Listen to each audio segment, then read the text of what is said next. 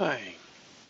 So when we talk about spatially enabling a data management project, what we're doing is we're going to follow the typical data management data processing flow where we have the inputs, we have our different tools, creating data streams, data processing functions, and then ultimately producing our desired output. Well, in this whole data flow process, what we want to do is say, in order to spatially enable this project, what we want to do is say, I need to bring this data into this data stream.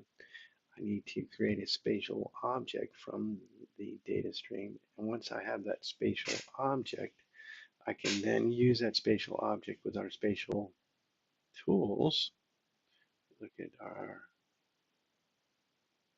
right here we have address spatial, different tools here, as well as with when we'll take a look here in a second. In our calculate tool, we have spatial functions. Once we have created a spatial object, we'll be able to do spatial analysis and processing with these tools and these functions, spatial functions inside of our calculate tool. Take a look at a really simple example. We're going to start off with a starting address, and we're going to bring over from our spatial tools a geocoder. Geocoder is going to take this information, address, city, state, and zip information, and assign it a latitude and longitude based on that address. You can see now we've had our address and we now have a latitude and longitude in addition to census identifiers for that particular address. And then we're going to use our calculate tool we still at this point, we're still with a data flow and two data points. We're going to use insert under functions spatial. We're going to use make point. And what make point is going to do is take a X and Y coordinate, two numeric fields, and it's going to create a field called store location, which we're naming. It's going to create a spatial object. So notice that it's just like all of our other data fields, it's just another data type.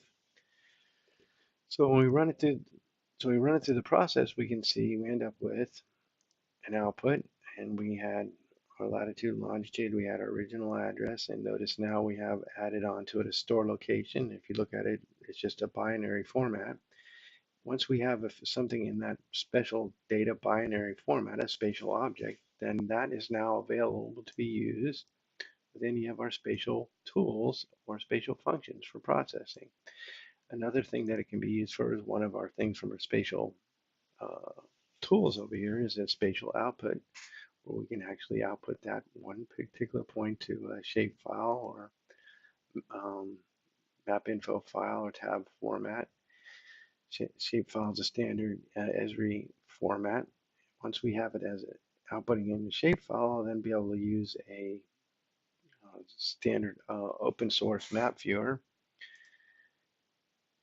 and I'm able to go ahead and bring that store location that we had here onto a map by simply file add layer, and I had that shapefile that we just created, and you can see that I've created a point on Pearl Street near 28th Street, and that's the actual location of that store.